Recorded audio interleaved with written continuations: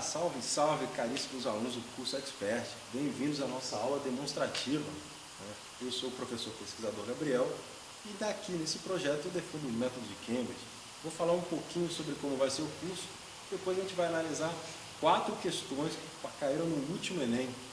O curso é baseado em 90% de exercícios, 10% de teoria. A gente, em cada lista de exercício, cria também pelo menos 20% das questões.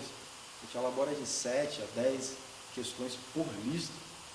E a gente trabalha segundo o método que a gente aprende resolvendo, ou seja, é praticando que se chega ao Carnegie Hall. Então, sem mais delongas, a gente vai aprender fazendo aqui. Eu selecionei 4 questões do último Enem, questões bem características de prova, né? A banca vem se repetindo ao longo dos últimos anos. Eu selecionei aqui, primeira questão, a questão 6, o caderno azul da segunda aplicação, que diz assim, é uma questão de história do Brasil colonial. A língua que usam por toda a costa carece de 3 letras, convém saber. Não se acha nem F, nem L, nem R. Coisas dignas de espanto, porque assim não tem fé, nem lei, nem rei. E dessa maneira vivem desordenadamente, sem ter além disso conta, nem peso, nem medida. Então, repare que isso é um documento da época, um documento famoso, já caiu em vários vestibulares, né? Aquela coisa de não tem fé, nem lei, nem rei, né? Então o Enem segue muito esse padrão, ele coloca um documento de época e faz perguntas em cima dele. Repare que depois de umas 30 questões dessas você vai cansar um pouco. Vamos ver a pergunta. A observação do cronista português Pedro de Magalhães de Gândavo, em 1576, sobre a ausência das letras F, L e R na língua mencionada, demonstra a simplicidade da organização social das tribos brasileiras. Na verdade, aqui no texto ele não está insistindo na simplicidade, ele está falando a confusão que isso gera, a desorganização, a falta que isso causa. B. A dominação portuguesa imposta aos índios no início da colonização, ele não está falando em nenhum momento aqui do texto da dominação portuguesa, ele está falando de desconhecimento, um choque cultural, assim, um descompasso entre duas civilizações, uma não está entendendo muito bem a outra. Coisa estranha, não tem nem F, nem R, nem R. C. Superioridade da sociedade europeia em relação à sociedade indígena. Veja que muitos examinadores quiseram que você marcasse isso aqui. Mas não é, hoje em dia é cafona você dizer da superioridade da cultura europeia. Nunca façam isso no vestibular. A gente tem uma pegada, um viés mais antropológico, não existe essa coisa de superioridade de culturas. Né? Se você dissesse assim, na visão do cronista, a superioridade europeia, aí estaria certo. Né? Mas a pergunta não é a visão do cronista. Claro que ele, quando escreve isso, ele se sente uma cultura superior. Mas a gente não pode, hoje, no século XXI, falar dessa forma. Então a pergunta é para a gente, não é para o cronista. Então o que melhor responde é a letra D. Né? Olha só o que diz a letra D. A letra D diz assim, incompreensão dos valores socioculturais indígenas pelos portugueses. É isso que trata o texto. Ele não entende muito bem uma sociedade que não tem nem essas 3 letras. E o erro da letra E, dificuldade experimentada pelos portugueses no aprendizado na língua nativa. Não é exatamente isso que está falando, é dificuldade, ele realmente fala com uma língua que carece de muitas coisas que a sociedade deles tem. Não é dificuldade experimentar, mas sim a ausência de certas coisas sociais, linguísticas. Fazer agora a questão 1 da primeira aplicação, também no caderno azul, diz assim, em 1881 a Câmara dos Deputados aprovou uma reforma na lei eleitoral brasileira a fim de introduzir o voto direto. A grande novidade, porém, ficou por conta da exigência de que os eleitores soubessem ler e escrever. As consequências logo se refletiram nas estatísticas. Em 1872 havia mais de 1 milhão de votantes. Já em 1886, pouco mais de 100 mil cidadãos participaram das eleições parlamentares. Houve um corte de quase 90% do eleitorado. Então, repare aí que o Brasil é muito propenso a fazer essas modernizações conservadoras. Ele parece que está indo para frente, mas na verdade está caminhando contra um processo de democratização. Ele cria uma nova base eleitoral que exige, como diferença entre as pessoas, a questão do letramento. Isso é uma coisa que, por exemplo, privilegia a cidade em relação ao campo. A cidade tem mais letrados, mais intelectuais. O intelectual nasce com a cidade, não nasce muito com o campo. E também, né, segrega grande parte da população do campo, porque o voto não era mais censitário, né, digamos assim. Principalmente isso na Constituição de 1891, por exemplo. Né? Então, olha a pergunta. Né? Nas últimas décadas do século XIX, o Império do Brasil passou por transformações como as descritas que representam começar de baixo para cima, ampliação da representação popular, não, ao contrário, redução. Já era elitista, ficou mais ainda, reduziu 90%. Afirmação do eleitorado monarquista, né? Não é a afirmação do eleitorado, é a segregação, digamos assim, né, da maior parte do eleitorado. Superação dos currais eleitorais, de forma alguma, nem na República Velha isso foi superado. Né? Restrição de direitos políticos, exatamente isso. Gabarito, então, é a letra B, né? Cada vez mais restritos. Né? E a ascensão dos homens bons também não é nada disso. O que melhor responde à questão é a letra B. Vou fazer agora a questão 2 da primeira aplicação. Né? Repare que Getúlio Vargas e República Velha sempre caem no final do segundo reinado. Questões aí que são bem recorrentes pela banca do Enem. Então agora a questão 3, aqui a questão 2, a primeira aplicação. Ela começa assim. Em 1943, Getúlio Vargas criou o Departamento de Propaganda e Difusão Cultural junto ao Ministério da Justiça, esvaziando o Ministério da Educação não só da propaganda, mas também no rádio e cinema.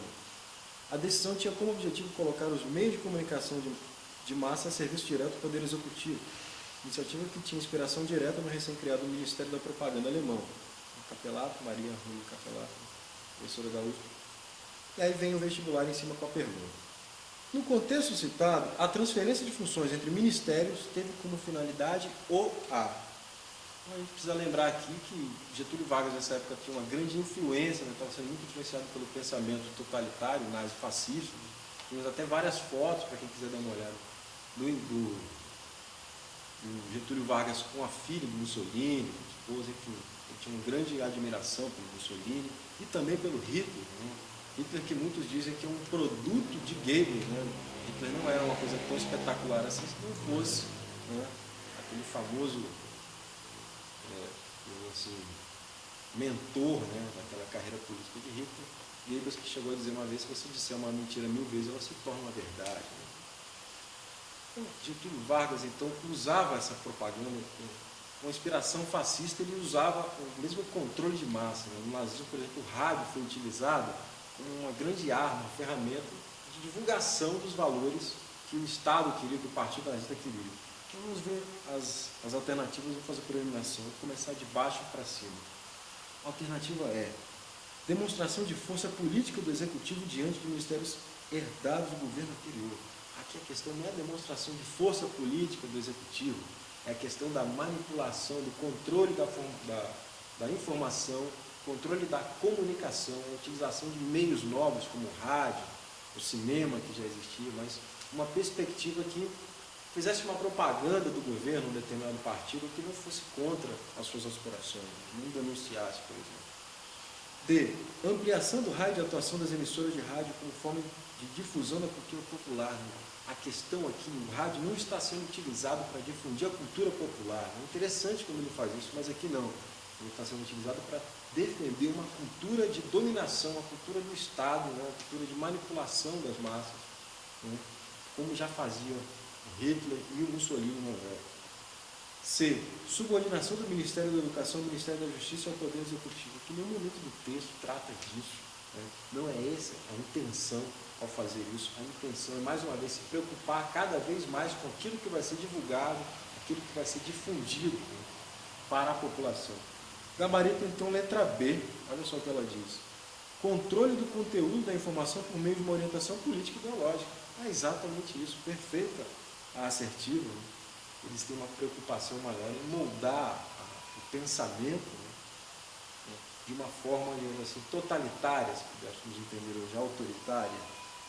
E a desativação do sistema tradicional de comunicação voltado para a educação. Não existe nenhum momento, nenhuma menção a isso no texto. Né? A questão não é um desmonte de um sistema tradicional de comunicação, mas a utilização de armas modernas como o rádio, ou de uma forma nova, utilizando o cinema como propaganda, política. E por último, eu selecionei aqui a questão 7 da segunda aplicação. Mais uma vez, a banca cobrou o assunto Collor. Veja como ela é recorrente nesses temas. Collor é um que vive caindo. E assim, é uma faixa, dizendo assim, anos rebeldes fora Collor, impeachment já. Deixa aqui registrado que nessa época aqui, a Globo trabalhou muito melhor do que vem trabalhando hoje em dia. É que ela colocou a minissérie Anos Rebeldes, que falava exatamente disso, de uma juventude questionadora, que queria derrubar o poder, transformar a sociedade, incentivava, induzia muito esse comportamento nos jovens, até que muitas denúncias de corrupção envolvendo o esquema PC Farias, o Collor, também a própria denúncia do próprio irmão dele, a denúncia sobre a casa da Dinda, desmoralizaram aquele famoso homem do saco roxo, assim, aquele que disse que só tinha uma bala para resolver o problema da economia e acabou com ela, aquilo que todo mundo sabe no confisco, que hoje em dia está proibido em nossa Constituição. A questão diz assim: na imagem encontra-se referência ao momento de intensa agitação estudantil no país. Tal mobilização se explica pela, vou começar de baixo para cima mais uma vez, violência da repressão estatal atribuída às Forças Armadas.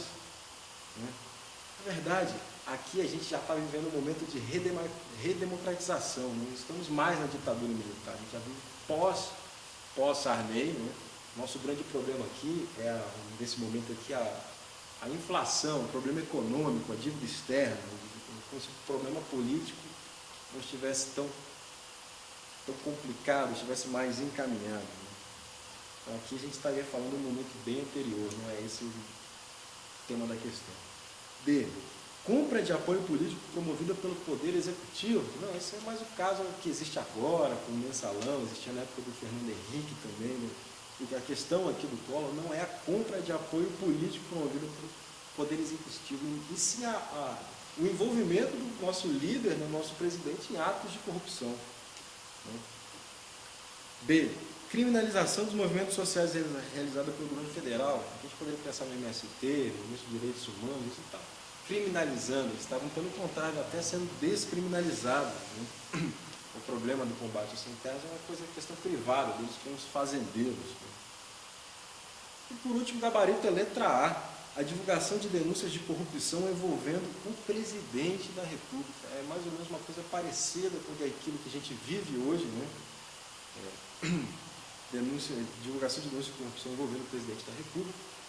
Está famoso aí que se comenta sobre uma lista que tem o nome de mais de 200 deputados, que são subornados pela Odebrecht. É uma coisa que nós estamos doidos para ver sobre essa lista, agora que a gente queria que isso fosse publicado, ela corre em segredo de justiça. Mas fica uma dica aí, pequeno lembrete, dizem que na época do Collor, quando ele decretou o confisco, ele fez isso pela manhã, e de madrugada, meia-noite, dizem que a Globo conseguiu abrir o Banco Central com vários carros fortes, encheu aquilo ali de dinheiro e colocou tudo fechado no Projac, já que estão investigando tantas coisas que voltam até o Sarney, vale a pena desenvolver, e investigar um pouco mais disso. O Banco Central já abriu para você meia-noite, poderíamos então investigar um pouco disso. Eu me despeço aqui, fiquem bem e até a próxima. Espero vocês no começo do curso. Um abraço e até a próxima.